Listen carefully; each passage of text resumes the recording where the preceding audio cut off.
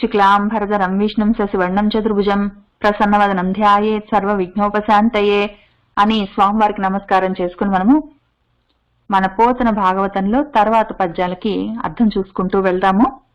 పోయిన వారం మనము పరీక్షిత్ జన్మ వరకు చూసాము. ఈ పరీక్షిత్ జన్మ సమయంలో మన ఉత్తరాదేవికి కష్టం కలిగింది. అప్పుడు భగవంతుడు ఆమెను కాపాడి, ఆమె కడుపులో బిడ్డను కాపాడి రక్షించాడు. ఆ పసివాడు పుట్టినప్పుడు వాళ్ళ తాతలు చాలా గొప్పగా నామకరణాది మహోత్సవాలన్నీ చేశారు.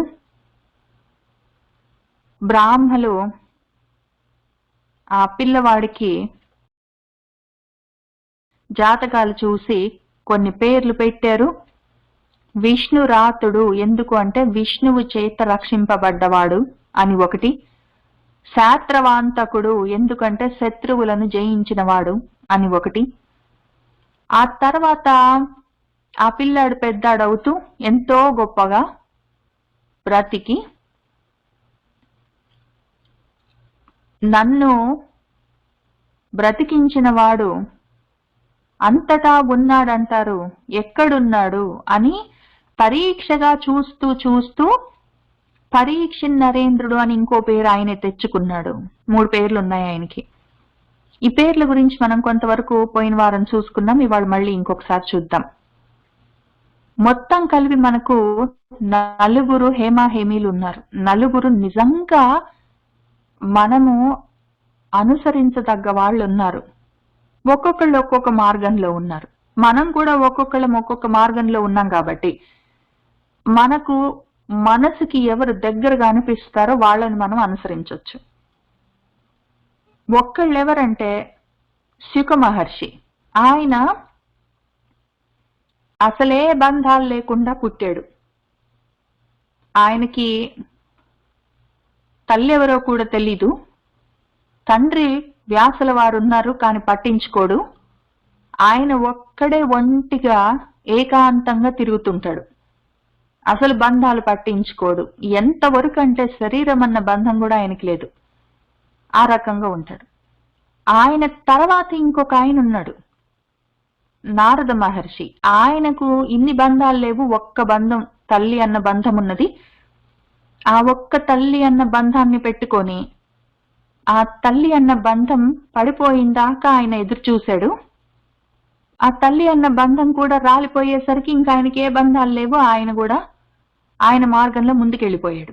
వీళ్ళు ఎందుకు అంటే ఇంకా చివరికి వచ్చారు. వాళ్ళ సాధన చివరికి వస్తూ ఉన్నది. ఆ సమయంలో వాళ్ళు మిగిలిపోయిన కొంత కర్మశేషం ఏమైనా ఉంటే, మిగిలిపోయిన సాధన కొంత ఏమైనా ఉంటే దాన్ని ముగించుకొని ఇంకా మళ్ళీ మరలి రాని లోకాలకి వెళ్ళిపోవాలి. అందుకోసం ఇంకా చివరి జన్మ ఒకటి ఉంది, చివరిగా ఒక శరీరం ఉంది. దాన్ని వాళ్ళు ఏదో విధంగా గడిపేశారు. ఎంత తక్కువ బంధాలైతే అంత తక్కువ బంధాలతోటి వాళ్ళు ముగించేశారు.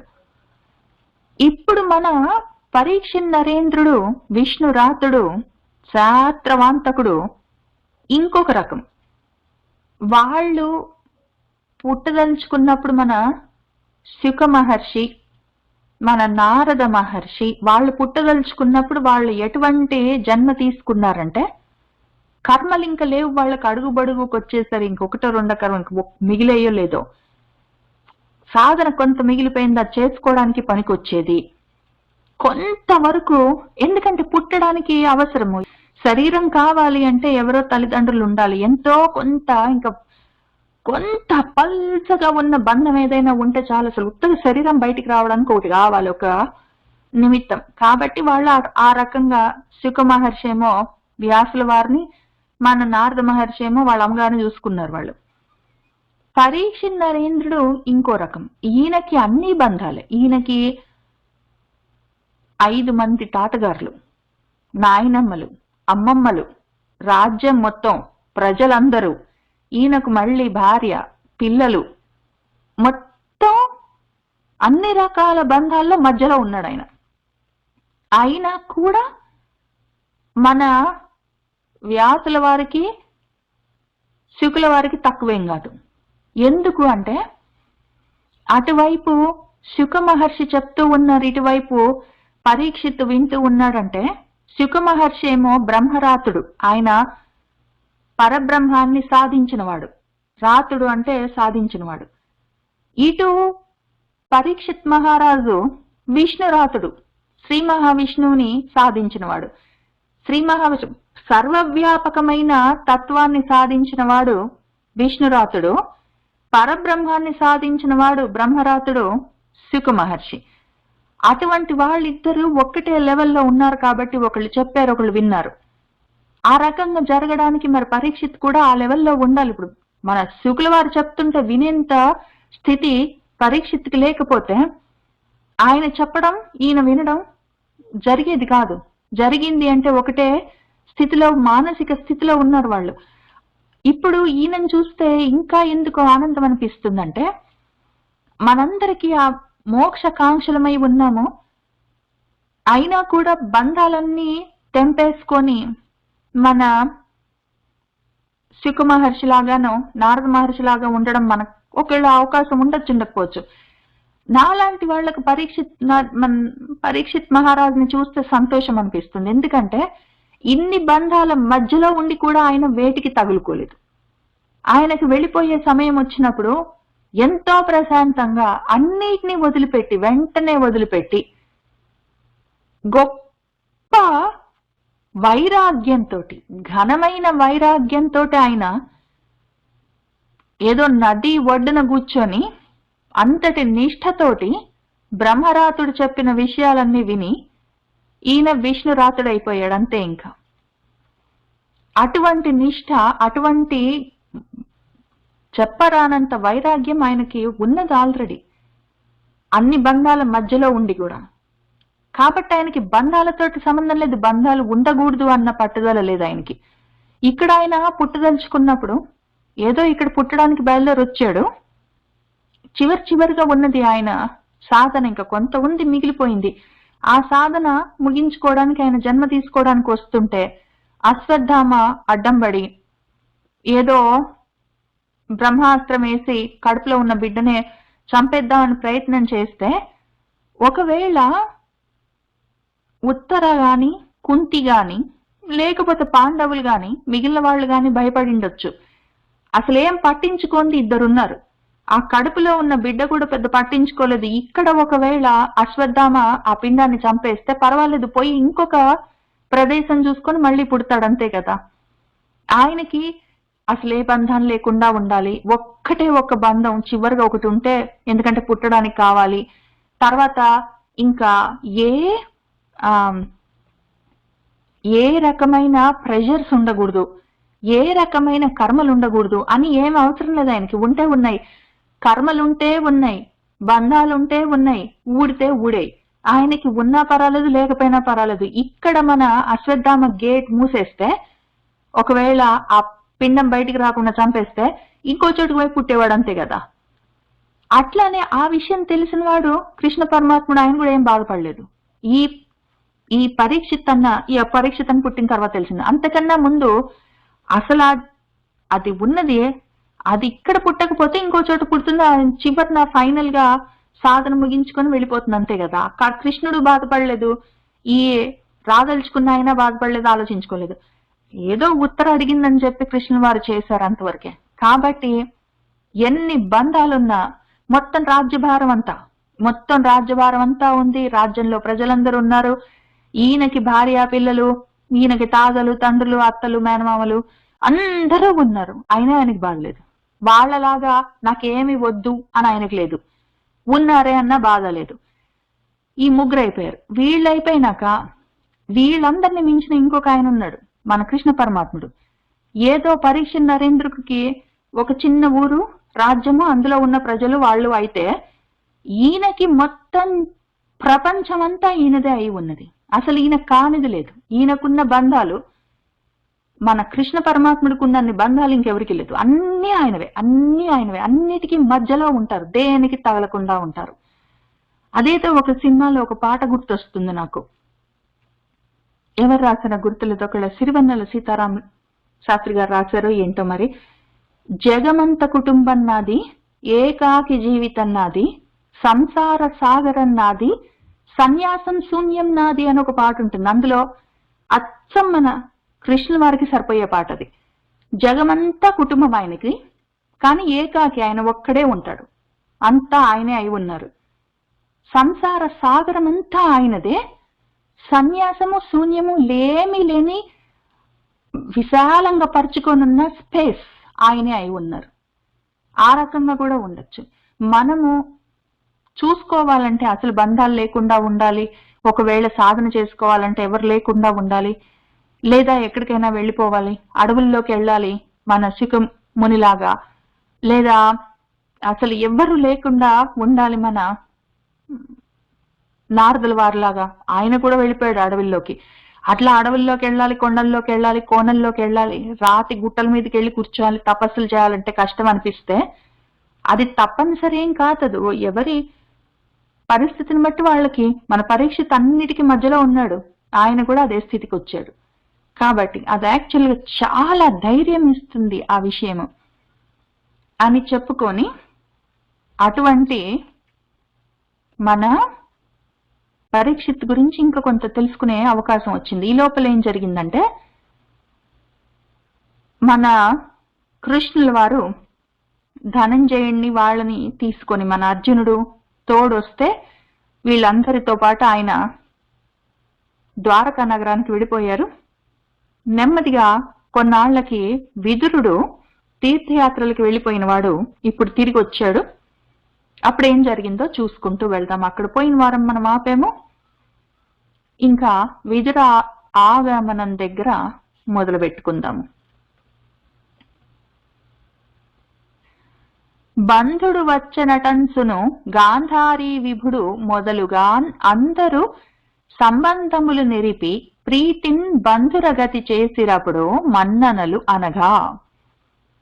ఇంకా అప్పుడు అందరూ గాంధారీ విభుడు, గాంధారీ దేవి భర్త ధృతరాష్ట్రుడు మొదలుగా అందరూ మన బంధు వచ్చాడు, విదురుడు తీర్థయాత్రలకు వెళ్ళిన వాడు తిరిగి వచ్చాడు అటన్సు ఆయనతో సంబంధములు నిలిపారు. ఆయనతో అందరికీ బంధుత్వం ఉంది, వాళ్ళందరూ ప్రీతితోటి ఆయనతో మాట్లాడారు.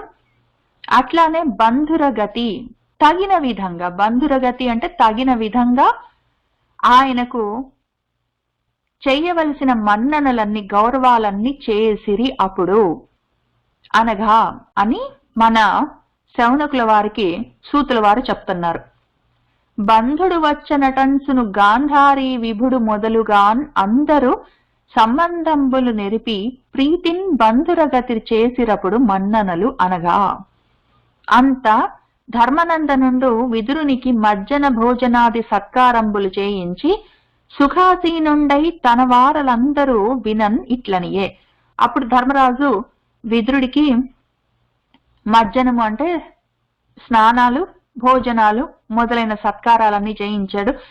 విదురుడు వెళ్లి స్నానాలు అవన్నీ చేసి భోజనాలు కొంత చేసి వచ్చి కూర్చున్న తర్వాత సుఖాసీనుడై సుఖంగా కూర్చున్న తర్వాత తన వాళ్ళందరూ వింటూ ఉండగా మన ధర్మరాజు విదురుడితో ఈ విధంగా మాట్లాడుతూ ఉన్నాడు. ఏ వర్తనంబున ఇంతకాలము మీరు సంచరించితిరయ్యా జగతిలోన, ఏ తీర్థములు కంటిరి ఎక్కడ ఉంటిరి, భావింప మీ వంటి భాగవతులు తీర్థ సంగంబులు ధిక్కరింతురు గదా, మీయందు విష్ణుండు మెరయు కథన, మీరే తీర్థంబులు, మీకంటే మిక్కిలి తీర్థంబులున్నవే తెలిసి చూడా, వేరు తీర్థంబులు అవనిపై వెదకనేలా, మిమ్ము పొడగని భాషించు మేలచాలు, వార్తలేమండ్రు లోకులు వసుధలోన, మీకు సర్వంబు నెరిగడి మేధ కలదు అని ఆయన అన్నాడు. ధర్మరాజు ఏమంటున్నాడంటే, ఏ వర్తనములో, ఏ ఊళ్ళో, ఏ రాజ్యంలో ఇంతకాలం మీరు సంచరించితిరయ్యా ఈ జగతిలోన, మీరు ఎక్కడెక్కడ తిరిగారండి, ఏ తీర్థములు కంటిరి, ఏ ఏ తీర్థ ప్రదేశాలను చూశారు, ఎక్కడ నుంటిరి, ఎక్కడెక్కడ మీరు ఉన్నారు, విశ్రమించారు, భావింప ఆలోచించి చూస్తే మీ వంటి భాగవతులు తీర్థ సంగంబుల ధిక్కరింతురు కదా, మామూలు వాళ్ళైతే తీర్థయాత్రలకు వాటికి వెళ్ళొస్తారు, తీర్థయాత్రలకు వెళ్ళొస్తే పుణ్యాలు వస్తాయి, ఏంటో వస్తాయి, మోక్షాలు వస్తాయి అని తిరుగుతారు. కానీ మీలాంటి భాగవతులు ఆ తీర్థాల జోలికి వెళ్ళరు కదా, ధిక్కరిస్తారు కదా. భగవంతుడు ఎక్కడ లేదు, ఉన్నదంతా ఆయనే అయి ఉన్నాడు, భగవత్ స్వరూపమే అయి ఉన్నది, ఉన్నదంతా అదే పదార్థం. ఇక్కడ నా ఇంట్లో నేను కూర్చుంటే భగవంతుడు లేదా, నేను గుడి దాకా వెళ్ళాలా, లేదా మా ఇంటి దగ్గర ఉన్న గుళ్ళో అదే వెంకటేశ్వరుడు కదా, నేను తిరుపతి దాకా వెళ్ళాలా అని వాళ్లకు ఆ ఆలోచన ఉంటుంది. ఏదో పలాని చోటే దేవుడు అక్కడే ఉంటాడు అన్న ఉద్దేశాలు వాళ్ళకు ఉండవు. ఈ తీర్థాలకు వెళ్తే, ఈ యాత్రలు చేస్తే ఈ పుణ్యాలు వస్తాయని వాళ్ళు అనుకోరు. అట్లాంటిది మీరు ఏ తీర్థాలకు వెళ్ళారు, మీరు తీర్థయాత్రలకు వెళ్ళారంటే ఎక్కడెక్కడ ఉన్నారు, ఏంటి చేశారు? మీ యందు విష్ణుండు మెరయు కథన, మీలోనే పరమేశ్వరుడు మెరుస్తూ ఉంటాడే, మీ హృదయంలోనే, హృత్కమలంలోనే పరమేశ్వరుడు కనిపిస్తూ ఉంటాడే మీకు. మీరు మళ్ళీ తీర్థయాత్రలకు వెళ్ళవలసి వచ్చిందా? మీరు తీర్థంబులు, అసలు తీర్థయాత్రలు కాదు, మీలోనే శ్రీ మహావిష్ణువు కదులుతూ ఉన్నందువల్ల మీరే తీర్థం కదా. మిమ్మల్ని చూసే మేమందరం తరించిపోతాము. తీర్థం అంటే తరింపజేసేది. మిమ్మల్ని మీరు తరింపజేసుకోవడానికి మీరు తీర్థయాత్రలకు వెళ్ళడం ఎందుకండి? మీరే తీర్థం కదా. ఎందుకంటే విష్ణుడు మీలోనే ఉన్నాడు కదా. మీకంటే మిక్కిలి తీర్థాలు, నీకన్నా గొప్ప తీర్థాలు ఉన్నవా తెలిసి చూడ ఆలోచిస్తే. వేరు తీర్థంబులు అవనిపై వెదకనేలా, మీరే వెళ్ళి మీరే తీర్థమై ఉండగా, తరింపగలిగిన వారై ఉండగా, తరింప చేయగలిగిన వారై ఉండగా, మీరే తరుణోపాయం కోసం అని చెప్పి వేరే తీర్థాలకు వెళ్ళి అవని మీద, భూమి మీద అక్కడక్కడ వెతకడం ఎందుకండి? మేము కూడా మీరు మా ఎదురుగా ఉండగా మిమ్ము పొడగని, మిమ్మల్ని చూస్తే భాషించు మాట్లాడితే మేల, దానివల్ల కలిగే మేలే చాలు కదా. మాకు కూడా మేము మళ్ళీ వెళ్ళి వేరే తీర్థాలన్నీ దర్శనం చేసి రావాల్సిన అవసరం లేదు. మిమ్మల్ని చూస్తే, మీతో మాట్లాడితే మాకు అదే తీర్థయాత్ర ఫలం కదా అని ఆయన ఏమడుగుతున్నాడంటే, వసుధలోన ఈ భూమి మీద మీరు ఇంత తిరిగారే, లోకులు ఏమండ్రు, ఏమనుకుంటున్నారు, వార్తలేమి? మీకు సర్వము ఎరిగిడి తెలుసుకునే మేధ బుద్ధి ఉన్నది కదా, మీకు అన్నీ తెలుస్తాయి కదా. లోకంలో మనుషులు ఏమనుకుంటున్నారండి? మీరంతా తిరిగి చూసి వచ్చారు కదా, చెప్తారా? ఏ వర్తనంబుననింతకాలము మీరు సంచరించితిరయ్య జగతిలోన, ఏ తీర్థములు కంటిరి, ఎక్కడ నుంటిరి, భావింప మీ వంటి భాగవతులు తీర్థ సంఘంబుల ధిక్కరింతురు గదా. మీ యందు విష్ణుండు మెరయు కథన, మీరు తీర్థంబులు, మీకంటే మిక్కిలి తీర్థంబులున్నవే తెలిసి చూడా.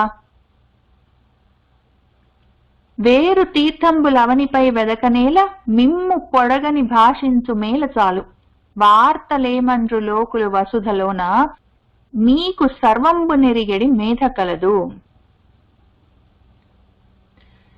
తండ్రి సచ్చిన మీద మా పెద్ద తండ్రి బిడ్డలు తొల్లి పెక్కండ్రు సర్ప విష అగ్ని బాధల గాసిబెట్టగా, మమ్మున్ ఇల్ల అండన్ అంతము పొందకుండగా, లాలనంబునన్ మీరు మా తండ్రి భంగి సముద్ధరింతురు, తద్విధంబు తలంతురే. మా తండ్రి గారు చచ్చిపోయిన తర్వాత మా పెద్ద తండ్రి ధృతరాష్ట్రుడి యొక్క బిడ్డలు, దుర్యోధనుడు మొదలైన వాళ్ళు తొల్లి, అప్పుడు మా చిన్నప్పుడు పెక్కండ్రు ఎన్నో లెక్కలేనన్ని సర్పాలతోటి, విషాలతోటి, అగ్నులతోటి బాధల పెట్టి మమ్మల్ని గాసి పెట్టారు. మమ్మల్ని ఇంక బతకనీయకుండా ఏడిపించుకొని తిన్నారు. అప్పుడు మమ్మల్ని, మా ఇళ్ళాళ్లను, మా ఆడవాళ్లను అంతము పొందకుండగా, మేం చచ్చిపోకుండా మమ్మల్ని లాలనంబున ప్రేమతో మీరు మా తండ్రి భంగి, మా తండ్రి లాగా సముద్ధరింతురు, మమ్మల్ని ఉద్ధరించారే. తత్విధంబు, ఆ విధానాన్ని, మీరు ఏ రకంగా మమ్మల్ని చచ్చిపోకుండా కాపాడారో తండ్రిలాగా, అది తలంతురే, అది ఆలోచించండి. ఎంత చేశారు మీరు మాకు. ఇవన్నీ ఆయన వింటూనే ఉన్నాడు. మన ధృతరాష్ట్రుడు, ఆయన భార్య గాంధారి, వాళ్ళందరూ అక్కడ ఉన్న వాళ్ళందరూ వింటూనే ఉన్నారు. అయినా కూడా ఈయన చెప్తున్నాడు విదురుడితో, తండ్రి సచ్చిన మీద మా పెద తండ్రి బిడ్డలు తొల్లి పెక్కండ్రు సర్ప విషాగ్ని బాధల గాసి పెట్టగా మమ్మున్ ఇల్లాండ్రన్ అంతము నొందకుండగా లాలనంపున మీరు మా తండ్రి భంగి సముద్ధరింతురు తద్విధంబు తలంతురే.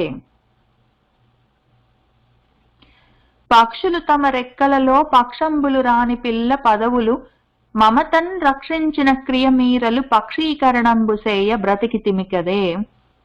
పక్షులు తమ రెక్కల్లో వాటి రెక్కల్లో పక్షాలు రెక్కలు రాని పిల్లలను, పిల్ల పదువులను, పిల్లల సమూహాన్ని, గుంపును మమతన్ ప్రేమతో రక్షించిన క్రియ, ప్రేమతో కాపాడుకున్నట్టు. పెద్ద పక్షులు ఇంకా రెక్కలు రాని చిన్న కూనలను, వాటి పిల్లలను వాటి రెక్కల్లో పెట్టుకొని పొదివి కాపాడినట్టు ఆ విధంగా మీరు కూడా పక్షీకరణం చేశారు. మా పక్షంలో ఉన్నారు, మా వైపు నిలబడ్డారు.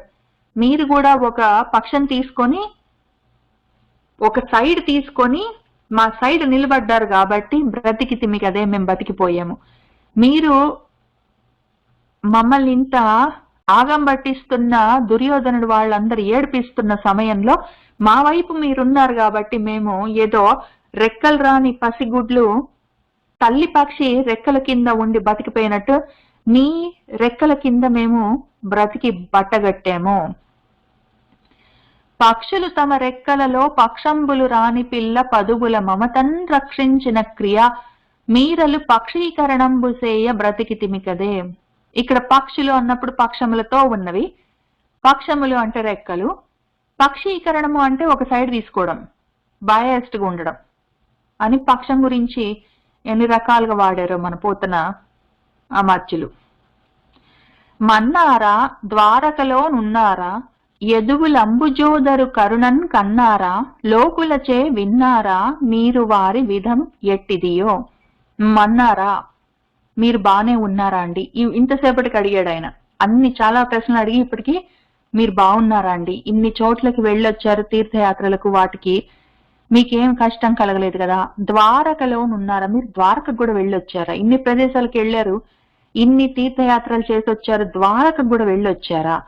అక్కడ యదువులు, యాదవులందరూ అంబుజోదరు కరుణన్ కన్నారా. మా కృష్ణుల వారు మొన్నటిదాకా ఇక్కడే ఉండే, ఇప్పుడే ఆయన ద్వారకకు వెళ్ళారు. అక్కడ మళ్ళీ ఆయన కరుణతో దయతో చూసుకుంటూ ఉంటే ఆ యాదవులందరూ సుఖంగా ఉన్నారా? మీరు ఒకవేళ అక్కడికి వెళ్ళకపోతే, ద్వారకలో మీరు లేకపోతే, ద్వారక వైపుకు మీరు వెళ్ళకపోతే, ఒకవేళ మీరు ఎక్కడున్నారో అక్కడే లోకులచే ఈ వార్తలు, ద్వారక గురించిన వార్తలు, మన అంబుజోదరుడు కృష్ణుడు మళ్ళీ ద్వారకకు వెళ్ళిపోయాడు, అక్కడ ఆయన ఎట్లా ఉన్నాడు, వాళ్ళందరూ యాదవులందరూ ఎట్లా ఉన్నారు అన్న విషయాలు లోకులు మాట్లాడుకుంటూ ఉంటే వాళ్ళ దగ్గర నుంచి అయినా మీరు విన్నారా? వారి విధము ఎట్టిదియో, వాళ్ళు ఎట్లా ఉన్నారండి, మీరెట్లా ఉన్నారు, మీరు బాగున్నారా? ఇంతకీ మీరు ద్వారకకు వెళ్ళారా? ద్వారకలో కృష్ణుణ్ణి చూస్తూ యాదవులందరూ సంతోషంగా ఉన్నారా? మీరు వెళ్ళకపోతే అక్కడికి ఇంకెవరైనా మీకు చెప్పగా మీరు విన్నారా? మీకు ఏమైనా తెలుసా? మాకు చెప్తారా? మన్నారా ద్వారకలో నున్నారా యదువులు అంబుజోదరు కరుణన్ కన్నారా లోకులచే విన్నారా మీరు వారి విధమెట్టిదియో. అనవిని ధర్మరాజునకు నా విదురుండు సమస్త లోక వర్తనము క్రమంబుతోడ విశదంబుగా చెప్పి యదుక్షయంబు చెప్పినన్ అతడు ఉగ్ర శోకమున బెగ్గలు చుండెడి నంచు ఏమియున్ వినుమని చెప్పడయ్యే యదువీరుల నాశము భార్గవోత్తమా అన్నప్పుడు అని ధర్మరాజు చాలా అడిగాడు. అసలు యాక్చువల్ గా చాలా పాయింటెడ్ క్వశ్చన్ అడిగాడు. నువ్వు ద్వారకకు వెళ్ళావా? అక్కడ వాళ్ళందరూ యాదవులందరూ బాగున్నారా? నీకేమైనా వార్తలు తెలుసా, చెప్తావా అని ద్వారక గురించి, యాదవుల గురించి చాలా స్పెసిఫిక్ గా ప్రశ్నలు అడిగాడు ధర్మరాజు. అడిగితే ఆ ధర్మరాజు తోటి ఆ విదురుడు సమస్త లోక వర్తనము, లోకం ఆయన తిరిగాడు కదా, చాలా ప్రదేశాలకు వెళ్ళాడు తీర్థయాత్రల్లో. సమస్త లోకం అంతా ఎక్కడెక్కడో ఏంటేంటో జరుగుతున్న విషయాలని క్రమంగా పూత ఉచ్చినట్టు చాలా విశదంగా, విస్తారంగా, డీటెయిల్డ్ గా చెప్పాడు. చెప్పి కానీ ఈయన అడిగిన ముఖ్యమైన ప్రశ్న, ఆ యాదవులందరూ బాగున్నారా, ద్వారకలో కృష్ణుడు బాగున్నాడా అని అడిగిన ప్రశ్నకి మాత్రం ఈయన యదుక్షయంబు, అప్పటికే యాదవులందరూ నశించిపోయారు, ఒకళ్ళనొకళ్ళు ఆ రెల్లి తుప్పు పెట్టి కొట్టుకొని చచ్చిపోయారు. మిగిలిన వాళ్ళందరినీ కృష్ణుడు కొట్టి చంపేశాడు. చివరికి ఆయన కూడా వెళ్ళిపోయాడు. ఆ యాదవులందరూ ఆ విధంగా క్షయమైపోయిన విషయాన్ని మాత్రం చెప్తే అతడు మన ధర్మరాజు ఉగ్ర శోకమున, చెప్పరానంత దుఃఖంతో బెగ్గిలుచుండెడినంచు, ఇంకా ఆయన బెంగ పెట్టుకుంటాడు, అసలు ఇంక తట్టుకోలేని శోకంలో ఉంటాడు, బెంగ పెట్టుకుంటాడు అంచు. ఏది కూడా ఒక్క విషయము వినుము అని చెప్పలేదు. అది యాదవ క్షయం గురించి అంటే, నేను వెళ్ళాను అక్కడ ద్వారకలో ఇట్లా జరిగిందిట, వాళ్ళందరూ కొట్టుకొని చచ్చిపోయారట, ఇట్లాంటి విషయాలు ఒక్కటి కూడా మనవాడు విదురుడు ఏమీ చెప్పలేదు ధర్మరాజుకు. యదువీరుల నాశము అస్సలు మాట్లాడలేదు.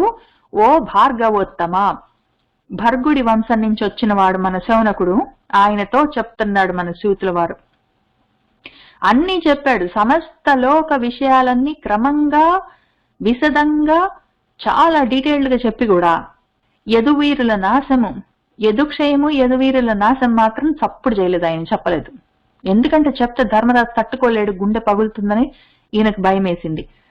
అనవిని ధర్మరాజునకు నా విదురుండు సమస్త లోక వర్తనము క్రమంబుతోడ విశదంబుగా చెప్పి యదుక్షయంబు చెప్పినన్ అతడు ఉగ్ర శోకమున బెగ్గిలుచుండెడినంచు ఏమియున్ వినుమని చెప్పడయ్యే యదువీరుల నాశము భార్గవోత్తమ. మేలు చెప్పెనేని మేలండ్రు లోకులో, చేటు చెప్పనేని చెట్టయండ్రో, అంత మీద శూద్రుడైన కతంబున శిష్ట మరణం అతడు చెప్పడయ్యే.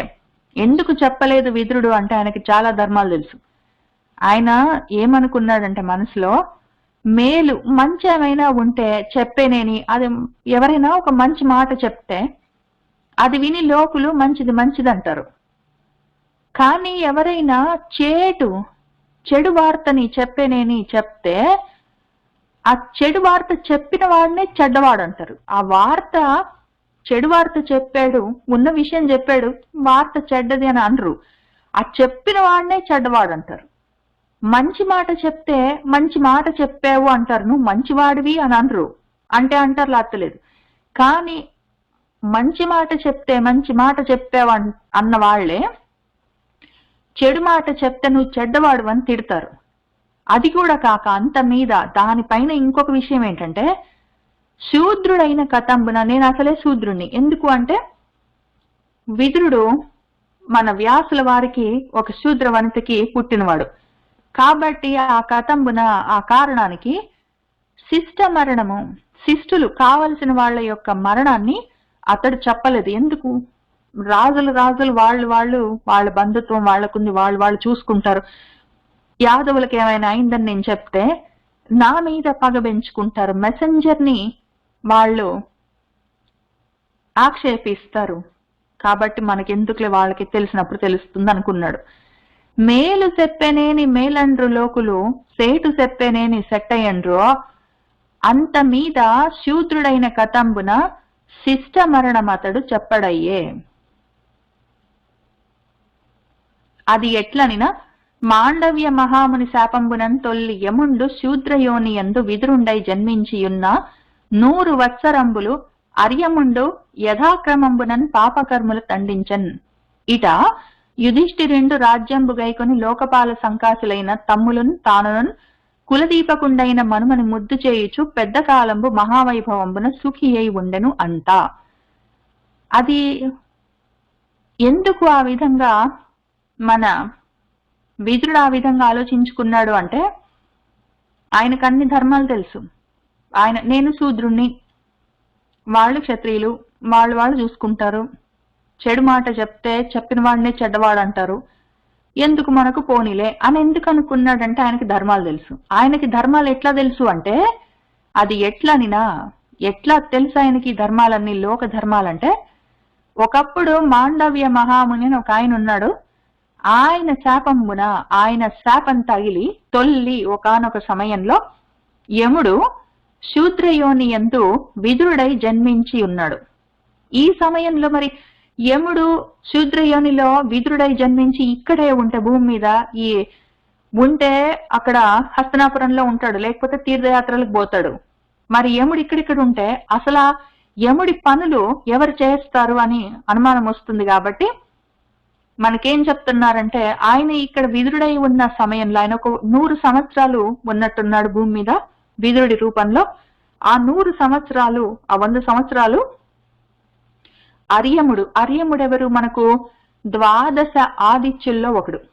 ద్వాదశ ఆదిత్యుల్లోని అర్యముడు మన యముడు ఈ భూమి మీద విదురుడై ఉన్న సమయంలో అక్కడ యముడు చేయవలసిన పనులను యథాక్రమంబున ఏ పనులు చేయాలో ఆ యథావిధిగా ఆ పాప కర్ములను, పాపాలు చేసే వాళ్ళని దండించడం అన్న పనిని ఆ అర్యముడు చేశాడు. ఎందుకంటే ఈ 100 years, ఈ 100 సంవత్సరాలు ఆయన డెప్యుటేషన్ లో వెళ్ళాడు. యముడు ఇక్కడికి వచ్చినప్పుడు విదురుడిగా యముడి స్థానంలో అర్యముడు వెళ్ళి, ఎందుకు అంటే యముడు అర్యముడు వీళ్ళందరూ కూడా లోకపాలకులు. కాబట్టి ఒక్క లోకపాలకుడు కొద్ది రోజులు వేరే చోట ఉండవలసి వస్తే ఆయన స్థానంలో ఇంకొక లోకపాలకుడు కొన్నాళ్ళు పని చేశాడు డెప్యుటేషన్ లాగా. మరి అర్యముడు చేయవలసిన పని ఎవరు చేస్తారు అంటే అర్యముడు 12 మంది ఆదిత్యుల్లో ఒకడు. కాబట్టి మిగిలిన వాళ్ళు ఉన్నారు, ఈయన చూసుకోవలసిన సమయంలో చేసేవాళ్ళు వేరే వాళ్ళు ఉంటారు. ఆ రకంగా అది ఒకటి కాక ఇంకొకటి ఏంటంటే ఒక్కటే శరీరం ఉంటుందని చెప్పలేము. ఒక్కొక్కళ్ళకి రకరకాల పనులు ఉంటాయి, వాళ్ళు చేయవలసినవి, వాళ్ళ ధర్మాలు అవి వాళ్ళు చేస్తూ ఉంటారు.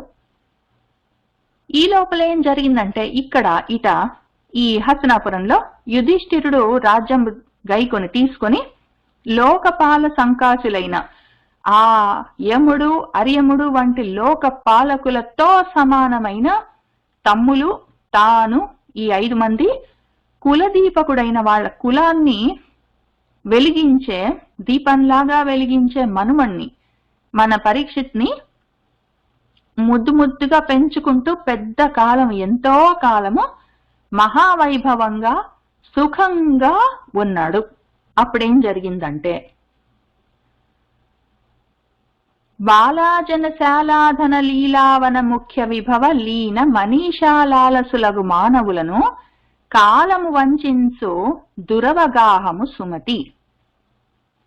బాలలు, పిల్లలు, జనులు, వాళ్ళు, శాలలు, ఇళ్ళు, ధనము, డబ్బులు, లీలావనాలు, ఉద్యానవనాలు మొదలైన, ముఖ్యమంటే మొదలైన విభవములు అంటే వైభవములతో వాటిలో లీనమై ఉన్న మనీష వాళ్ళ బుద్ధులు ఆ విధంగా పిల్లలు, ఇల్లు, డబ్బులు, నావి అన్న విషయాల్లో మనసు మగ్నమైపోయి ఉన్న వాళ్ళు, ఆ విధంగా లాలసులై ఉన్న వాళ్ళైన మనుషులను కాలము వంచిస్తూనే ఉంటుంది, మోసం చేస్తూనే ఉంటుంది. వీడు ఎప్పటికీ ఉంటాడన్న ఉద్దేశంతో ఉంటాడు. రోజు వస్తే పుట్టుక్కుని పడిపోతాడు, అంతే కదా. అది దురవగాహము, అర్థం చేసుకోవడం కష్టం కాలం సంగతి. అది ఆ రకంగా అది మోసం చేస్తుంది సుమతి అని మన సూతుల వారు శౌనకుల వారికి చెప్తున్నారు. బాలాజనశాలాధన లీలావన ముఖ్య విభవ లీన మనీషాలాలసులగు మానవులను కాలము వంచించు దురవగాహము సుమతి అని నిమిత్తంబుగా కాలగతి ఎరింగి విదురుండు ధృతరాష్ట్రునకు ఇట్లని. ఆ విధంగా ఇక్కడ సుమతి అన్నప్పుడు ఓ గొప్ప బుద్ధి కలిగిన వాడా అని ఆయన గురించి ఆయన చెప్పుకొని, కాబట్టి ఎందుకు మనకి అని, కాలం వల్ల జరిగేది జరగకుండా మానదు, అది నిమిత్తంగా ఆ కారణానికి కాలగతి ఎరిగి, కాలం ఎట్లా పని చేస్తుంది అని తెలిసి విదురుడు ధృతరాష్ట్రుడితో ఇట్లా అన్నాడు. ఏమన్నాడంటే, అప్పుడు ఆ వాళ్ళతోటి ఆ మీటింగ్ లో ఉన్నంతసేపు ఆ సభలో స్నానం చేశాడు, అన్నం తిన్నాడు, వాళ్ళతోటి కూర్చున్నాడు, మాట్లాడాడు. ధర్మరాజు అడిగిన చాలా ప్రశ్నలకి జవాబులు చెప్పాడు, కొన్ని చెప్పలేదు విదురుడు. తర్వాత ఎవరిళ్ళకు వాళ్ళు వెళ్ళిపోయారు. ఆ తర్వాత మన విదురుడు ధృతరాష్ట్రుడి ఇంటికి వెళ్ళాడు. వెళ్ళి ధృతరాష్ట్రుడితో ఈ విధంగా చెప్తున్నాడు. కనకాగార కళత్ర మిత్ర సుత సంఘాతంబులన్ ముందటన్ గని ప్రాణేచ్ఛల నుండు జంతువులన్ ఏ కాలంబు దుర్లంఘ్యమై అనివార్య స్థితి చంపునో అట్టి నిరుపాయంబైన కాలంబు వచ్చెను ఉపాంతంబున మారు దీనికి మదించింతింపు ధాత్రీశ్వర అన్నాడు. ధాత్రీశ్వర, ఓ రాజానే పిలుస్తున్నాడు. ఇప్పటికి ధాత్రి ఎక్కడుంది? ఆయనకి భూమి పోయింది. అప్పటికే ధర్మరాజు రాజు అయ్యాడు. అయినా కూడా రాజా అని పిలుస్తున్నాడు. విదురుడు అన్నగారని పిలవడు. అసలు విదురుడికి ధృతరాష్ట్రుడు అన్నగారే, కాని పిలవడు. ధృతరాష్ట్రుడు కూడా ఒప్పుకోడు.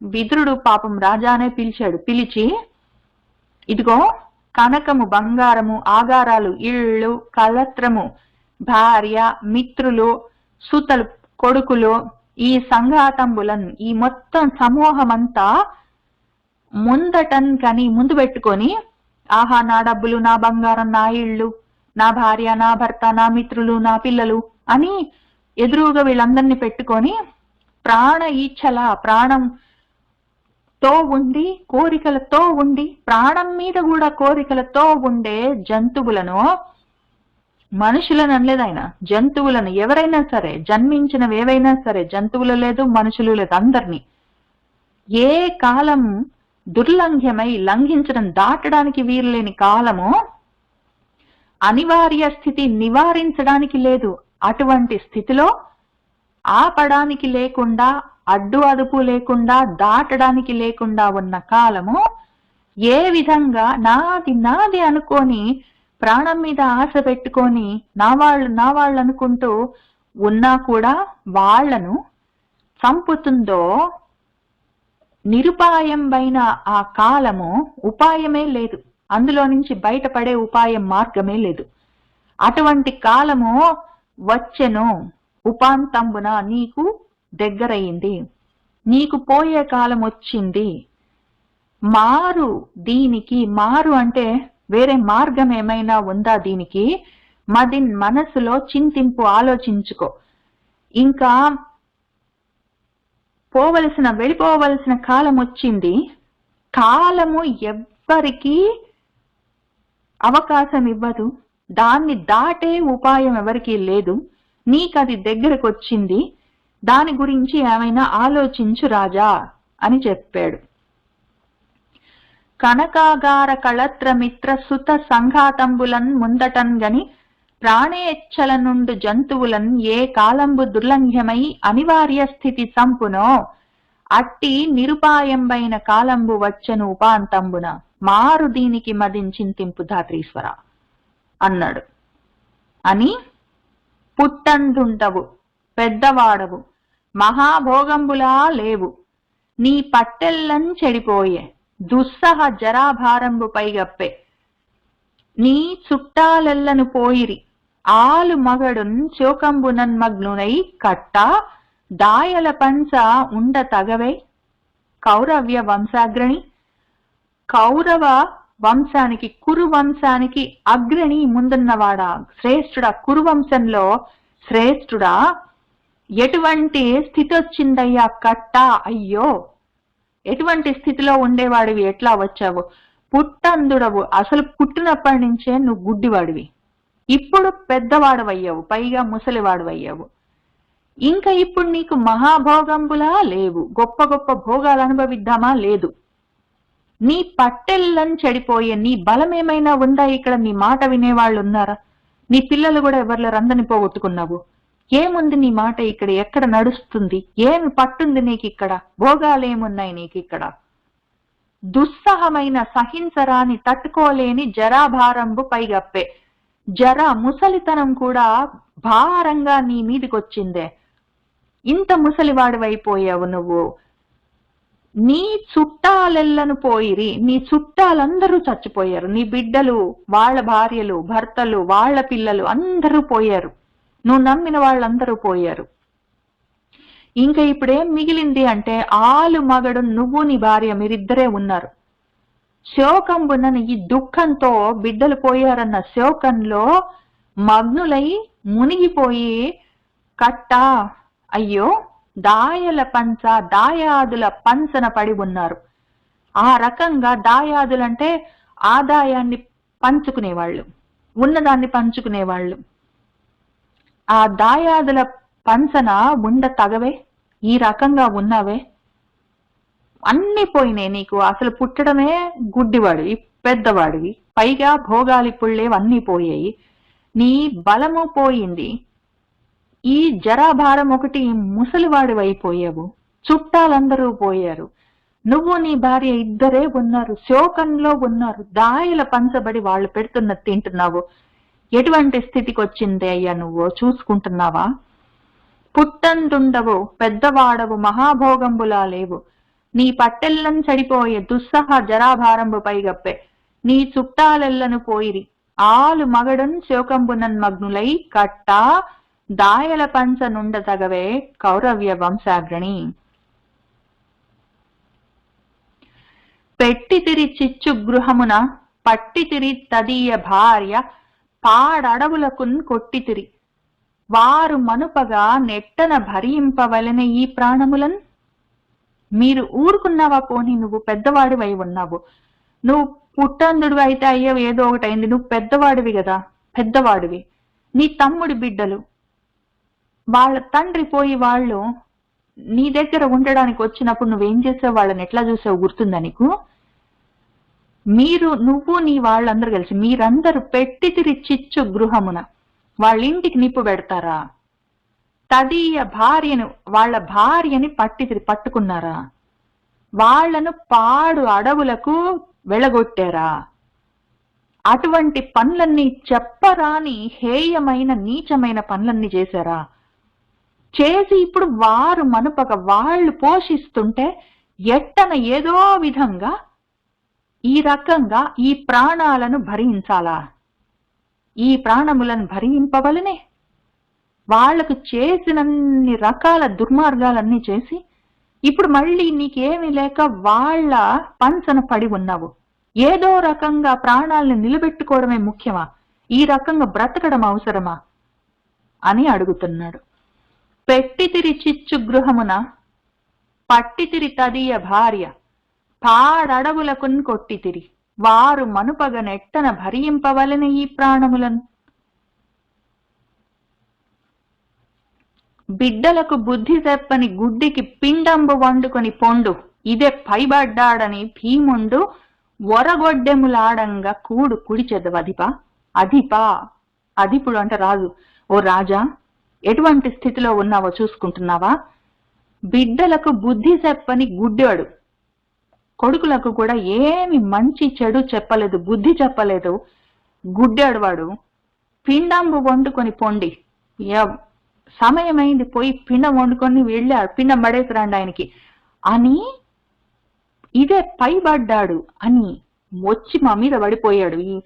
ఈ రకంగా ఆయనకి పూటకి వండి పంపించాల్సి వస్తున్నది, పిండం పడేసి రాపోండి గుడ్డాడికి, బిడ్డలకు మంచి మాట కూడా చెప్పలేకపోయాడు అని భీముడు కటువైన కఠినమైన వినరాని గొడ్డెములు కష్టమనిపించే మాటలను అంటూ ఉంటే, ఆడంగా చెప్తూ ఉంటే, అయినా కూడా కుడి చదవు తిండి తింటున్నావా?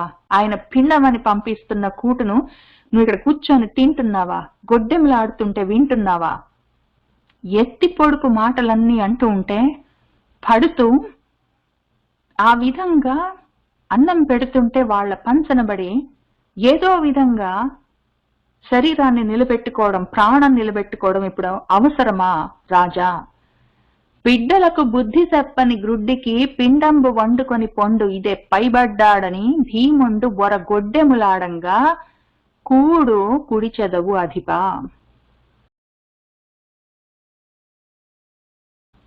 కనియెదవో బిడ్డలనిక, మనియదవో తొంటి కంటే మనుమల మాటల్ వినియదవో ఇచ్చద రమ్మనియదవో దానములకు అవనీసురులన్. ఇంకా నువ్వు చేసే పనులేం మిగిలాయి, నువ్వు చేయగలిగిన ఘనకార్యాలేం మిగిలాయి. ఇంకా బిడ్డలను కనియదవో, పిల్లల్ని కంటావా? ఇంక మళ్ళీ పిల్లల్ని కంటాను, పెంచుతాను, వాళ్ళని బళ్లకు పంపిస్తాను, వాళ్ళు ఉద్ధతికి వస్తే, వాళ్ళు పైకి వస్తే వాళ్ళ బాగు చూస్తానని అనుకోవడానికి ఇంకా ఆ స్థితిలో ఉన్నావా నువ్వు? పిల్లల్ని ఏమైనా కంటావా ఇప్పుడు? తొంటి కంటే ఇంతకు ముందున్న దానికన్నా ఎంతో గొప్పగా మనియదవో బ్రతుకుతావా? అంటే ఇప్పుడు కొంచెం నాకు కష్టకాలం వచ్చింది, రోజులు బాగలేవు, కానీ నాకు మళ్ళీ మంచి రోజులు వస్తాయని అనుకోవడానికి ఏమైనా ఉందే? మనుమల మాటలు వినియదవో, అందరినీ పోగొట్టుకున్నావు.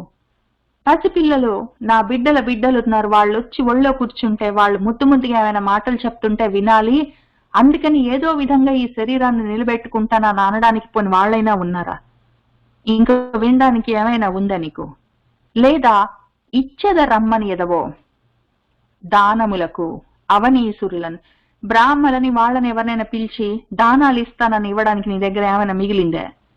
నువ్వే ఇంకొకళ్ళ పంచన పడి ఉన్నావు, వాళ్ళు పెడుతున్న పిండం తింటున్నావు, నువ్వు ఎవరికైనా దానం చేసేది ఉందే? ఎవరైనా నా వాళ్ళని నీతోటి ఎవరైనా నీ మనవలో పిల్లలో మాట్లాడుతుంటే వినడానికి ఏమైనా ఉందే? ఇంతకన్నా గొప్పగా బ్రతికేది ఏమైనా ఉందే? ఇంతకు ముందు కన్నా గొప్పగా బ్రతికేది ఉందే? పిల్లల్ని కని పెంచి ఏమైనా చేసేది ఉందా? ఎందుకయ్యా బతుకున్నావు? ఎందుకు నిలబెట్టుకుంటున్నావు ప్రాణాల్ని? ఏం మిగిలిందని? ఇంకా కనియదవో బిడ్డలనిక మనియదవో తొంటి కంటే మనుమల మాటలు వినియదవో ఇచ్చద రమ్మనియదవో దానములకు నవనీసురులన్. దేహము నిత్యముగాదని మోహము తెగగోసి సిద్ధమునివర్తనుడై గేహము వెలువడు నరుడో ఉత్సాహముతో చెందు ముక్తి సంపద అనగా. నీకొక మాట చెప్తున్నాను విను అనగా, ఓ పుణ్యాత్ముడా, ఎంతో కొంత పుణ్యాలు చేసుకునే ఉంటావు, నీకొక మంచి మాట చెప్తా విను. దేహము నిత్యము కాదు, ఏదో విధంగా ప్రాణాలు నిలబెట్టుకోవాలి, ఈ శరీరాన్ని నిలబెట్టుకోవాలని పాపులాడకు. నువ్వు ఎంత ప్రయత్నం చేసినా ఆ దేహం నిత్యం కాదు, అది అసత్ వస్తువు, అనిత్యము, అది పడిపోతుంది. నీకు ఆ శరీరం పడిపోయే రోజు కూడా దగ్గరకు వచ్చింది. కాబట్టి నువ్వు దాని మీద మోహాన్ని తెగకోసి ఈ శరీరం మీద మోహాన్ని పోగొట్టుకో. నీకు వేరేవి తెగకోసుకోవడానికి ఏమి లేని కూడా లేవు. నా బిడ్డలు అన్న మోహము, నా రాజ్యం అన్న మోహము, నా డబ్బులు, నా సంపదలు, నా అధికారము అని, నా ఐశ్వర్యము, నా అందము, నా బలము, నా యవ్వనము అని నువ్వు చెప్పుకోవడానికి ఏమీ మిగలేదు, అన్ని ముందే పోయినాయి. ఇప్పుడు మిగిలిందేమి? ఊరికినే ఈ ముసలితనంతో భారంగా నువ్వు నెట్టుకుంటూ వస్తున్న దేహం ఒకటి మిగిలింది. దాని మీద నువ్వు మోహాన్ని కోసేయి. ఎందుకంటే అది కూడా నిత్యం కాదు, నువ్వు కావాలనుకున్నా అది ఎట్లా నిలబడి ఉండదు. ఇప్పుడు ఆ మిగిలిపోయిన కొంత సమయంలోనైనా సిద్ధులు మునులు ప్రవర్తించే మార్గంలో నువ్వు ప్రవర్తించు. నువ్వు సిద్ధులు మునులు ఏ ప్రవర్తనలో ఉంటారో అటువంటి ప్రవర్తనుడివై, గేహం అంటే ఇల్లు, గృహాన్ని, ఇంటిని వదిలి వెలువడి బయటికొచ్చి, ఆ రకంగా ఎవరైనా నరుడు ఉత్సాహంతో ఆ మునులు సిద్ధులు ఆచరించే కర్మలు చేసుకుంటే, అటువంటి నరుడికి, ఇల్లు వాకిలి వదిలిపెట్టి ప్రయత్నం చేసుకున్న వాడికి, అతను ఉత్సాహంతో ఆ ప్రయత్నం చేస్తే ముక్తి సంపదను చెందును. ముక్తి అనే సంపదైనా కలుగుతుంది. నీకున్న సంపదలన్నీ పోయాయి. శరీరం అన్న సంపద, శరీరంలోని బలము, పటుత్వం లాంటివితో సహా అన్ని పోయినాయి. కానీ కనీసం ముక్తి అన్న సంపద మిగులుతుంది. ఆ రకంగా ఉత్సాహంగా వానప్రస్థాశ్రమంలో ఎంతో మంది వెళ్లి ప్రయత్నం చేసుకుని బాగుపడ్డారు. నువ్వు అట్లా చేయి. ఇంకా మిగిలిపోయిన ఈ కొంత సమయాన్ని ఆ విధంగానైనా వాడుకో, నీకోసం నువ్వు ప్రయత్నం చెయ్యి అని ఆయన ఉపదేశం చేశాడు విదురుడు. ఇప్పుడని కాదు, విదురుడు, సంజయుడు, చివరికి సనత్ సుజాతుడు, వ్యాసుడు, కృష్ణుడు, ఈయనకు చెప్పని వాళ్ళు లేరు. ముఖ్యంగా సంజయుడు, ముఖ్యంగా విదురుడు ఎన్నో చెప్పారు. ఎవ్వరి మాట వినలేదు. దేహము నిత్యముగాదని మోహము తెగకోసి సిద్ధమునివర్తనుడై గేహము వెలువడు నరుడు ఉత్సాహముతో చెందు ముక్తి సంపదను అనగా అన్నాడు. అప్పుడేం జరిగిందో చూద్దాము.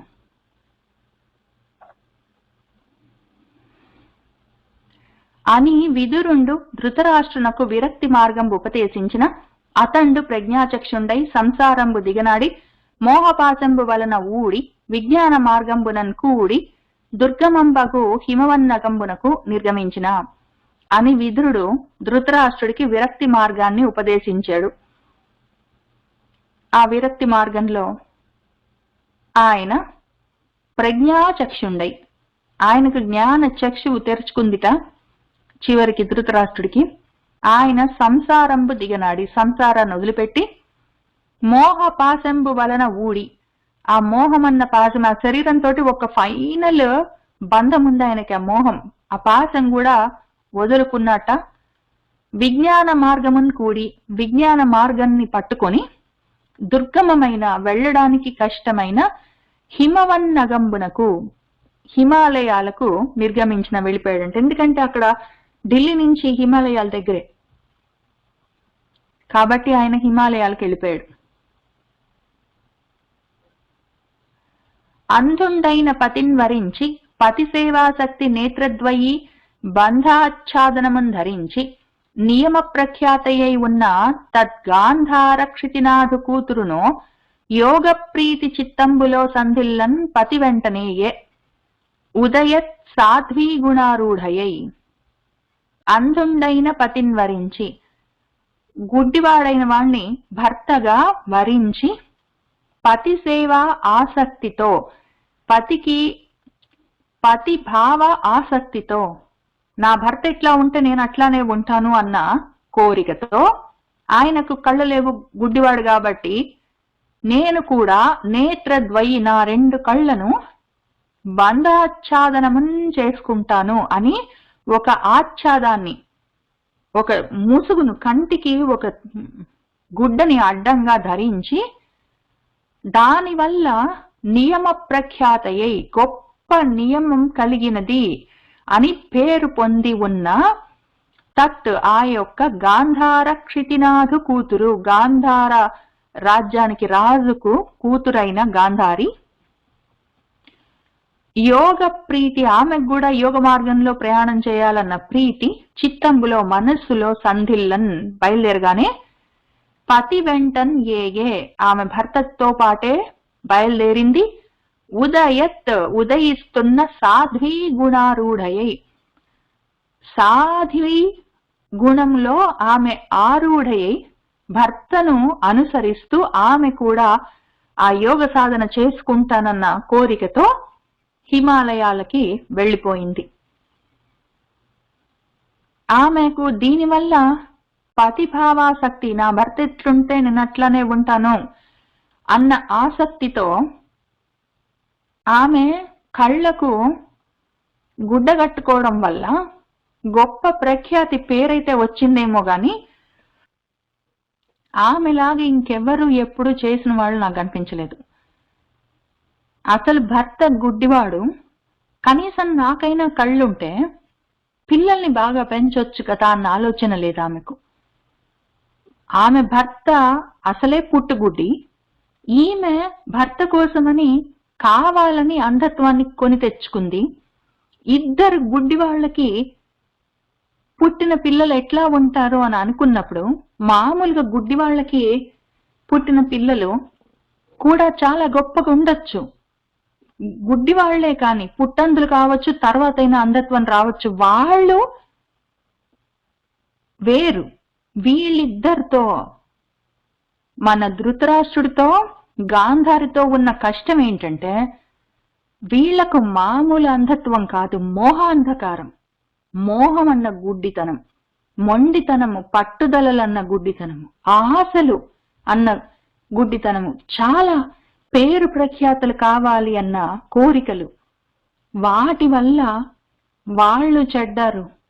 పిల్లలకు సన్మార్గం చూపించలేకపోయారు. వాళ్ళకే మార్గం తోచకుండడం వల్ల నిజంగా చర్మచక్షువులకి నిజంగా శరీరానికి ఉన్న కళ్ళు కనిపిస్తున్నాయా లేదా కాదు, దాంతో సంబంధం లేదు. వాళ్ళ మనసులు అంధకారంతో నిండి ఉండడం వల్ల, మనసులకి అంధత్వం ఉండడం వల్ల ఇంత దూరం వచ్చింది. ఏమొచ్చింది ఆమెకు? ఏమొచ్చింది? ఆ నియమంతో ఉన్నది అన్న ప్రఖ్యాతి వచ్చింది. ఏమి లాభం దానివల్ల? అంధుండైన పతిన్వరించి పతిభావాసక్తి నేత్రద్వయీ బంధాచ్ఛాదనమున్ ధరించి నియమ ప్రఖ్యాతయై ఉన్న తద్గాంధారక్షితినాథు కూతురును యోగ ప్రీతి చిత్తంబులో సంధిల్లన్ పతి వెంటనేగే ఉదయత్ సాధ్వీ గుణారూఢయై.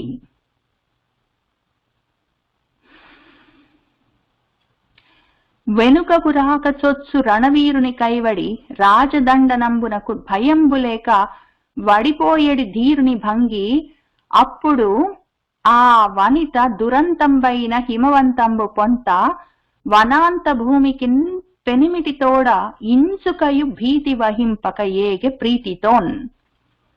ఆమె ఎట్లా వెళ్ళింది అంటే భర్త వెంట ఆ హిమాలయాల్లోకి, వెనుకకు రాక చొచ్చు, వెనుదిరిగే మాట లేకుండా ముందుకే వెళ్ళిపోతున్నా, చొచ్చుకుంటూ వెళ్ళిపోతూ ఉన్న రణవీరుడి కైవడి. యుద్ధంలో వీరుడు ఎట్లా జరిగేదేంటో తెలుసు, చేసేదేంటో రెండు. ఒకటి కుదిరితే పక్కవాడిని చంపడం, లేకపోతే ఈయన చావడం. ఈ రెండిట్లలో ఒకటి, చంపడమో చావడమో. ఈ రెండిట్లో ఒకదానికి ఏదో ఒకటి జరుగుతుంది కాబట్టి, లేదా చేతులు కాళ్ళు పోవడం, కాళ్ళు పోవడం, ఇట్లాంటివన్నీ.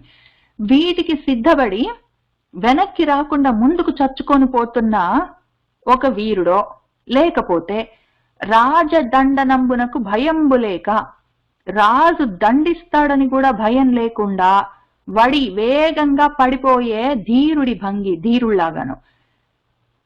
యుద్ధంలో చస్తే చస్తాను, చంపితే చంపుతాను, లేదా కాళ్ళలో చేతిలో కళ్ళో పోగొట్టుకుంటాను, అయినా కూడా పోతాను అని ముందుకెళ్లే వీరుడిలాగా, రాజుగారు దండనము ఇస్తాడు అని తెలిసి భయం లేకుండా మొండిగా వెళ్ళిపోయే ధీరుళ్లాగా.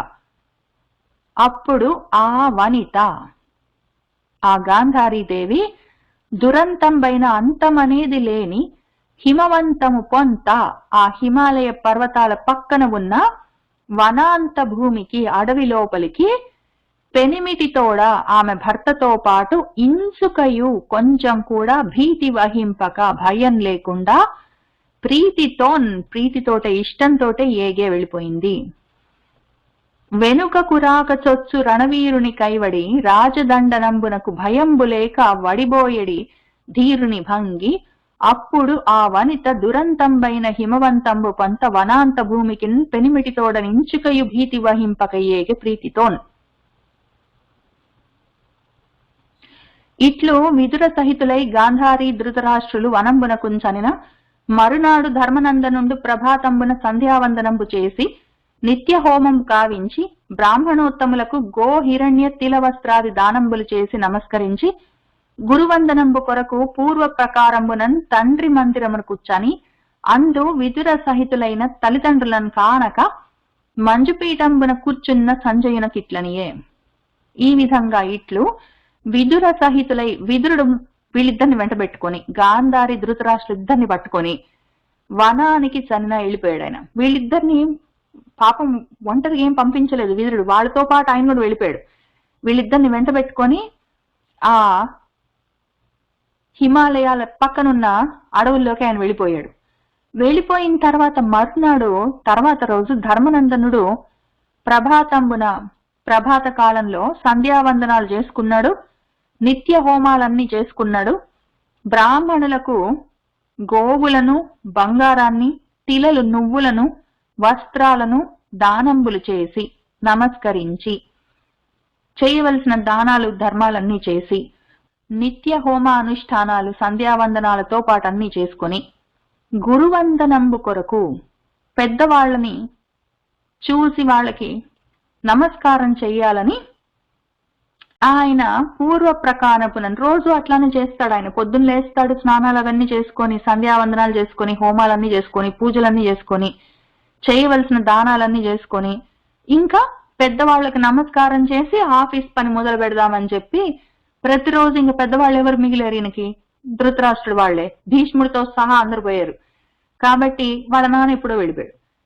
కాబట్టి ఆయన ఇంతకుండా కృష్ణుడు ఉంటే అది వేరే విషయం. కృష్ణుడు ఎట్లయినా చిన్నవాడు వయసులో, పెద్దవాళ్ల కోసం ఆయన మన ధృతరాష్ట్రుడి కోసం అని చెప్పి ఎప్పుట్లాగానే పూర్వ ప్రకారం ప్రతిరోజు చేసేటట్టే తండ్రి మందిరానికి వాళ్ళ పెదనాన్నగారింటికి శని వెళ్ళి అక్కడ విదుర సహితులైన విదురుడితో పాటు తల్లిదండ్రులు, వాళ్ళ అమ్మగారు నాన్నగారు గాంధారీదేవి, ధృతరాష్ట్రుడు, విదురుడు ముగ్గురు కనపడక, వాళ్లను ఆయన కానక చూడలేక కనపడక వాళ్ళు అక్కడే మంజు పీఠంబున, మంజు అంటే మెత్తమెత్తగా ఉన్నదని అర్థం, మెత్తగా ఉన్న ఒక పీఠం, ఏదైనా దివాన్ లాంటి మీద కూర్చున్నాడేమో, దాని మీద కూర్చొనున్న సంజయుడితో ఈ విధంగా అన్నాడు.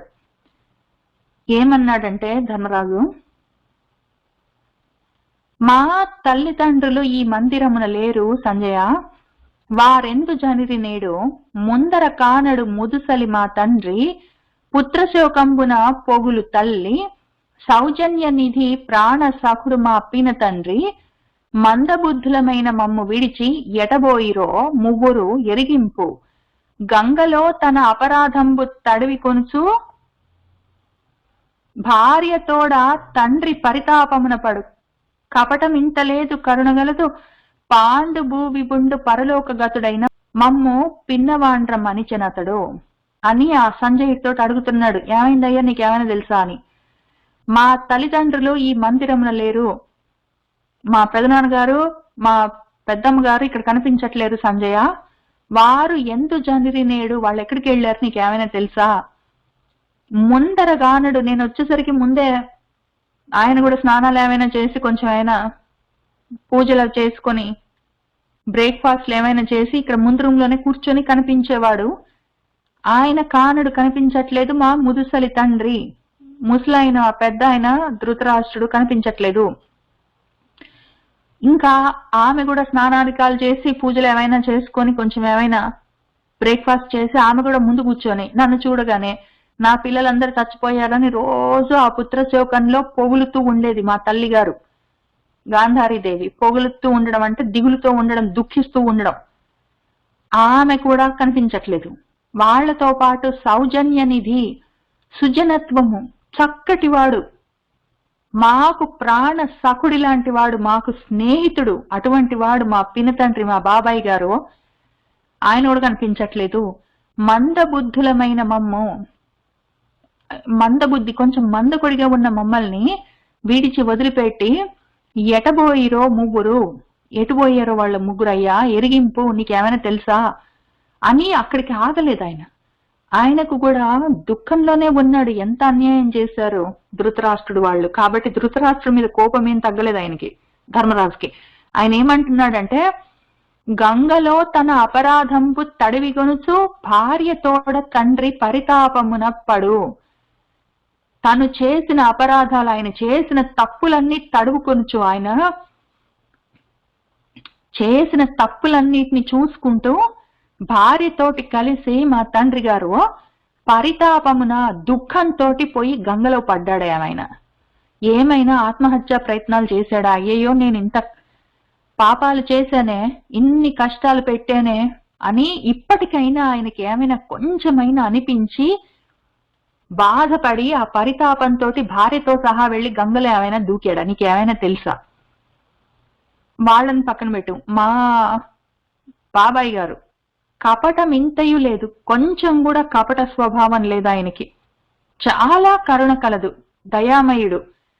పాండు భూవిభుడు, పాండురాజు మా నాన్న పరలోక గతుడైన చనిపోయిన తర్వాత మమ్మల్ని పిన్నవాండ్రను, పసిపిల్లలను మనిచే పోషించి కాపాడాడు అతడు మా బాబాయ్ గారు. ఆయన ఎక్కడున్నాడో, వీళ్ళు ముగ్గురు ఏమయ్యారో నీకేమైనా తెలుసా? మా తల్లిదండ్రులు ఈ మందిరముల లేరు సంజయ, వారెందు జనిరి నేడు, ముందరగానడు ముదుసలి మా తండ్రి, పుత్రశోకంబున పొగులు తల్లి, సౌజన్య నిధి ప్రాణ సఖుడు మా పినతండ్రి మందబుద్ధులమైన మమ్ము విడిచి ఎటబోయిరో మువ్వురు ఎరిగింపు. గంగలో తన అపరాధంబు తడివి కొనుచు భార్యతోడ తండ్రి పరితాపమున పడు. కపటమింతలేదు కరుణగలదు పాండు భూ విభుండు పరలోక గతుడైన మమ్ము పిన్నవాండ్ర మనిచెనతడు.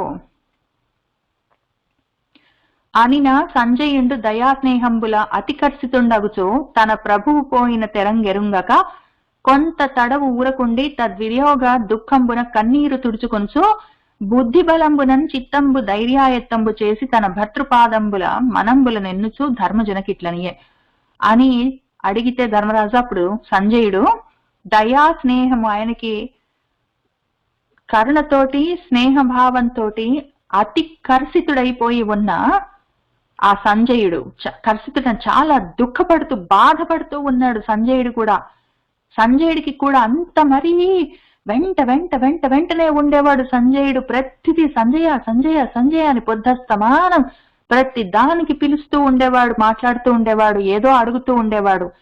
అటువంటి వాడు ఏమీ చెప్పకుండా తన ప్రభువు పోయినా ఆయన చప్పుడు చేయకుండా వాళ్ళ రాజుగారు కనిపించకుండా పోతే ఆ తెరుంగు ఎరుంగక ఎట్లా పోయాడో ఎక్కడికి పోయాడో ఎందుకు పోయాడో ఏమీ చెప్పక పోయేసరికి ఆ తెలియక కొంత తడవు ఊరుకున్నాడు. ఆయనకు కూడా తెలియక కొంతసేపు ఆలోచించుకున్నాడు.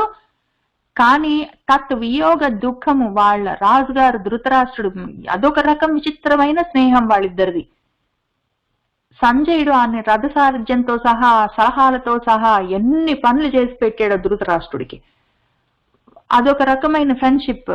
ఇప్పుడు ఆ ధృతరాష్ట్రుడు కనిపించకపోయేసరికి ఈయనకి ఇంకా ఆ వియోగ దుఃఖము, ఆ దుఃఖంతో కన్నీరు తుడుచుకుంటూ బుద్ధి బలంతో చిత్తాన్ని ధైర్యాయత్తంబు చేసి ఇంకా బలవంతంగా మనసుని కుదుటపరుచుకుని తన భర్తృ పాదంబుల రాజుగారి పాదాలను మనంబుల నెన్నుచు మనసులో పెట్టుకొని ధర్మరాజుతో ఇట్లా అన్నాడు. అఖిల వార్తలు మున్ను నన్ను అడుగుచుండు అడుగడి రేయి మీ తండ్రి అవనినాథ మందిరములోన విదురుతో మంతనంబు నిన్న ఆడుచునుండెను నేడు లేడు. అఖిల వార్తలు రకరకాల వార్తలని అయితే ఏం జరిగింది, అయితే ఇంకేం జరిగిందంట సంజయ నీకేమైనా తెలుసా అని పొద్దస్తమానము నన్ను వార్తలు అడుగుతూ ఉండేవాడు. ఇంతకు ముందు నన్ను అడుగుచుండు. అడుగడు ఈ రేయి ఇవాళ ఇంకా ఆయన అడగలేదు. మామూలుగా అయితే రాత్రిపూట మళ్ళీ పడుకునే కన్నా ముందు నేను వెళ్ళి ధృతరాష్ట్రుడితో మళ్ళీ మాట్లాడి అయితే ఇంకేంటయ్యా ఇంకేంటి సంజయ్ అని అడిగితే ఇంకేం లేదండి ఇంకా చివరికి ఏమైనా మిగతా వార్తలు కూడా చెప్పి ధృతరాష్ట్రుడు పండుకున్నాక దుప్పట్లు అవన్నీ కప్పి లైట్లన్నీ ఆఫ్ చేసి తలుపులన్నీ వేసి నేను కూడా పోయి పండుకునేవాడిని. నిన్న రాత్రి ఆయన నన్నేం అడగలేదు. మీ తండ్రి ఓ అవనినాథ ఓ రాజా ఓ ధర్మరాజా మామూలుగా అయితే అట్లా మేము రాత్రి మాట్లాడుకునే వాళ్ళం. నిన్న రాత్రి మీ పెదనాన్నగారు నన్నేం అడగలేదు. మందిరములోన విదురుతో మంతనంబులు నిన్న ఆడుచునుండెను. నిన్న రాత్రి నేను వచ్చి చూసే ఇంకో ఆయనకు చెప్పి వెళ్ళి పండుకుందామని చూస్తే విదురుడితోటి ఇక్కడే కూర్చొని విదురుడు ఏంటో చెప్తున్నాడు ఇంట్లోనే. ఆ విదురుడితోటి మంతనాలన్నీ ఆడుతూ ఉన్నాడు ఇదే మందిరంలో. అది నేను చూసి ఇంక పోన్లు వాళ్ళు మాట్లాడుకుంటున్నారు. చాలా రోజులకు వచ్చాడు విదురుడు తీర్థయాత్రలు అవన్నీ ముగించుకొని అని నేను ఇంకెళ్ళిపోయాను. పొద్దున వచ్చి చూస్తే నేడిక్కడ లేడు, ఏమయ్యాడో నాకు తెలీదు అని చెప్పాడు మన సంజయుడు. అఖిల వార్తలు మున్ను నన్ను అడుగుచునుండో అడుగడి రేయి మీ తండ్రి అవనినాథ మందిరములోన విదురుతో మంతనంబులు నిన్న ఆడుచునుండెనో నేడు లేడు.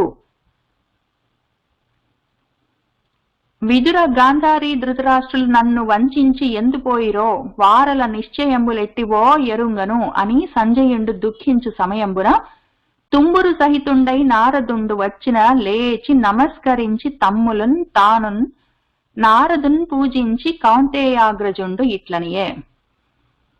విదుర గాంధారి ధృతరాష్ట్రులు ముగ్గురు నన్ను వంచించి నన్ను మోసం చేసి నాకు చెప్పకుండా వాళ్ళు ఎందుపోయిరో ఎక్కడికి వెళ్ళారో ఏమో ఒక్కళ్ళు చెప్పలేదు నాకు.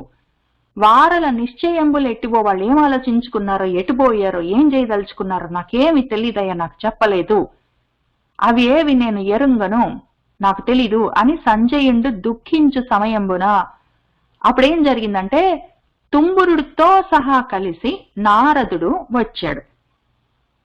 అప్పుడు ఆయనను చూసి తుంబురుణ్ణి నారదుణ్ణి చూసి లేచి నమస్కరించి మన ధర్మరాజు తమ్ములతో పాటు మొత్తం పాండవులందరూ లేచారు. మన సంజయుడు కూడా నిలబడి వాళ్ళందరూ నారదుణ్ణి పూజించారు. కూర్చోబెట్టిన తర్వాత మన కౌంతేయాగ్రజుడు కుంతీదేవి పెద్ద కొడుకు ధర్మరాజు ఈ విధంగా మన నారదుడితో అడుగుతూ ఉన్నాడు. ఈ ఒక్క పద్యం చదివి వాళ్ళకి ఆపుకుందాము. అక్కడ తల్లిదండ్రులు గృహంబున లేరు మహాత్మా, వారు నేడెక్కడ పోయిరో ఎరుగను. ఎప్పుడు బిడ్డల పేరు గుచ్చి తా పొక్కుచునుండు తల్లి ఎటుపోయెనొకో. విపదంబు రాసికెన్ నిక్కము కర్ణధారుడవు నీవు జగజ్జనపార దర్శన. అక్కడ అయ్యో మా తల్లిదండ్రులు గృహంబున లేరు మహాత్మా, ఇంట్లో లేరు మా అమ్మ వాళ్ళు. ధృతరాష్ట్రుడు, గాంధారీదేవి, మా బాబాయ్ గారు విదురుడు వాళ్ళెవరు ఇంట్లో లేరు. వారు నేడు ఎక్కడికి పోయారో ఎరుగను. వాళ్ళు ఎక్కడికి వెళ్ళారోనయ్యా. ఎప్పుడు బిడ్డల పేర్లన్నీ గుచ్చి గుచ్చి చెప్పుకుంటూ తాను పొక్కుచునుండేది, ఎప్పుడు దుఃఖిస్తూ ఉండేది మా తల్లి. ఎటుపోయేనోకో, ఎటుపోయిందో ఏంటో నువ్వు కొంచెం చెప్తావా మాకు. విపదంబురాశికిన్, ఆపదలనే అంబురాశి, ఆపదలనే సముద్రానికి నిక్కము, నిజంగా కూడా నువ్వు కర్ణధారుడివి, పడవ నడిపించేవాడివి. నీవు జగత్ జనపార దర్శన, జగత్తులోని జనులకు నువ్వు పారాన్ని, అవతల ఒడ్డును దర్శింపచేసేవాడా. కాబట్టి ఈ దుఃఖ సాగరంలో మునిగి ఉన్నాము, మా పెద్దవాళ్ళు ఎక్కడ పోయారో తెలియట్లేదు, నువ్వు మాకు చెప్తావా అని అడిగాడు ధర్మరాజు నారదుణ్ణి. అక్కడ తల్లిదండ్రులు గృహంబున లేరు మహాత్మా, వారు నేడెక్కడ పోయిరో ఎరుగను. ఎప్పుడు బిడ్డల పేరు గుచ్చి తా పొక్కుచునుండు తల్లి ఎటుపోయెనొకో. విపదంబు రాశికి నిక్కము కన్నదారుడవు నీవు జగజ్జన పారదర్శన అని అడుగుతూ ఉన్న చోటి వాటికి ఆపుదాము. రేపు మళ్ళీ వచ్చే వారము 326 వచనం దగ్గర నుంచి మొదలు పెట్టుకుని చదువుకుంటూ ముందుకు వెళ్దాము. సర్వం శ్రీకృష్ణ పరబ్రహ్మ పాదారవిందార్పణమస్తు.